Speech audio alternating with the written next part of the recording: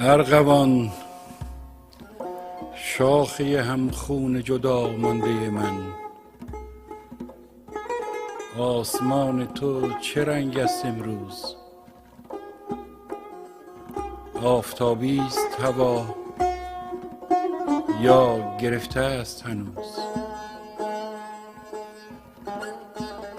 من در این گوشه که از دنیا بیرون است، آسمانی به سرم نیست، از بهاران خبرم نیست. آنچه میبینم دیوار است.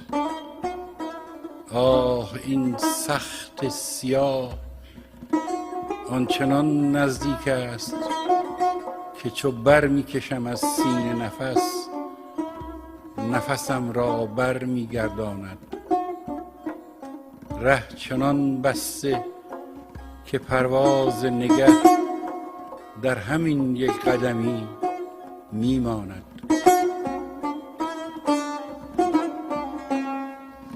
کورسویی ز چراغی رنجور، قصه پرداز شب ظلمانی است. نفسم میگیرد که هوا هم اینجا زندانی است.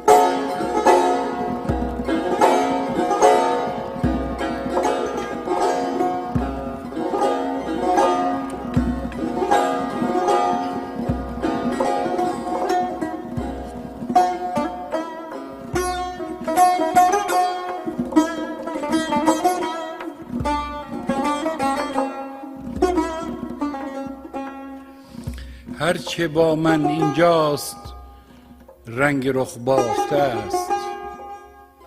آفتابی هرگز گوشه چشمی هم بر فراموشی این دخمه نینداخته است.